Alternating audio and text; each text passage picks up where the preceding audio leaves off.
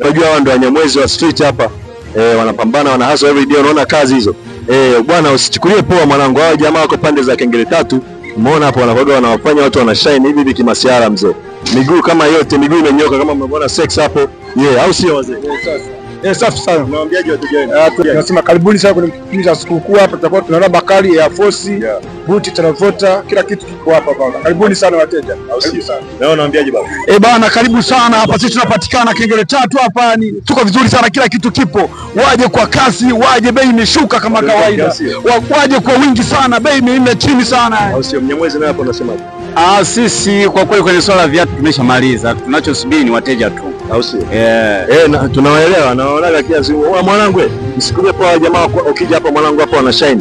Usikulie poa mwanangu, na midili yote. Ukitaka Reebok nini wanakuwa nazo, Nike Box, njoo ape tag mwanangu. Njoo leo ape tag. Usikulie poa kwa sababu hapo chini nini?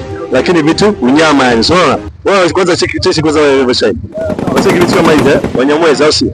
Lakini pia wazee eti mnazungumziaje kwenye swala la vijana wenzetu, mngependa kuambia nini? Kwa sababu kuna vijana wengine eti kisa sababu wamesoma sana, wana madegree, wanafanya kupiga misuti mtaani na kutembea na mavyeti, alafu bila kujishughulisha, alafu akitoka hapo jioni ndio kwanza kuomba jero, brother naomba jero, alafu wewe hapa unakamua afa na kuchukulia poa. Mnawaambiaje? Mimi ninachowashauri vijana wenzangu, vijana maisha ni kujituma. Au sio? Popote unacho mfukoni unaweza kaanza kufanya